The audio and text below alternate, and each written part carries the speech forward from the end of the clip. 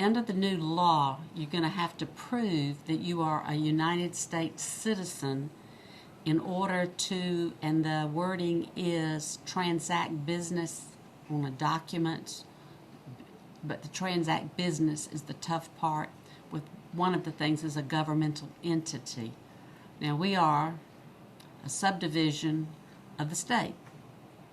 So although we may be getting some clearance on that, right now we are part of government, state government, especially when we sell the documents that belong to the state. So at this point, that would include your business licenses, your conservation licenses, and anything that you're purchasing through our tag and title office. It does not, and it specifically excludes the selling of a marriage license. So this does not mean that you have to have that to get married at this point. However, in order to try to be fair and be where citizens can understand what documents they must have, I have decided to use the primary list that you are required to show when you initially get a driver's license or a new CDL license, except for the medical on the CDL. But other than that, the Department of Public Safety's promulgated rules, and this is what they actually require. You want me to read them? Okay. You have to have a certified U.S. birth certificate, and if you were born in Houston County and you don't have it, you can go out to the health department and they can give you a copy of your birth certificate. A U.S. passport, current U.S. passport, Alabama identification card, and that's the non-driver ID, an Alabama driver's license, it has to be current, a certificate of naturalization, which, to be truthful, I've never seen, but I'm sure we could find it on the internet. A certificate of citizenship that you get when you are go to court, the federal court, and you're declared a citizen. A resident alien card, and that's a green card.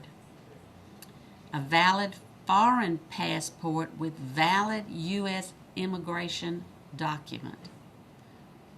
And that's it. So you're going to have to produce one of these. This is something that's pretty much been going on with basically Houston County. Houston County has pretty much been trying to be sure that we're abiding by the law, but we've never been required to actually certify that you are a citizen. And you have been signing down at the bottom when you get your receipt, you know, that you are obeying the law and that you have mandatory liability insurance when you sign that receipt. So that's been our coverage up until now. But it will probably be easy for this county, where some smaller counties may have a little more problem, because we scan. And when you give me your driver's license, I'm going to make a copy of it, and I'm going to scan that in with your receipt, and it'll all attach to your VIN number. And so we'll have it. The auditors can find it. The revenue is going to be auditing. But technically, this does not go into effect until September. The reason why I'm starting it in August is I know there's going to be some hiccups. And I feel like I can address those hiccups either just under my authority or be able to call the Department of Revenue so that we get some clearance, rather than waiting when it's mandatory in September and we haven't run it up the flagpole. So when you come in August, I will we'll be requiring these, or asking you for them, I guess. If you don't have them, we're going to try to figure out what the problem is for you and for the next person that comes in. And you know, we're not going to not sell you your tag or receipt next month, because the law technically is not into effect until September. But we're definitely going to ask you, and we appreciate your cooperation and the ability to tell us what your problem with it is if you aren't able to produce this document, so then we can get some clearance.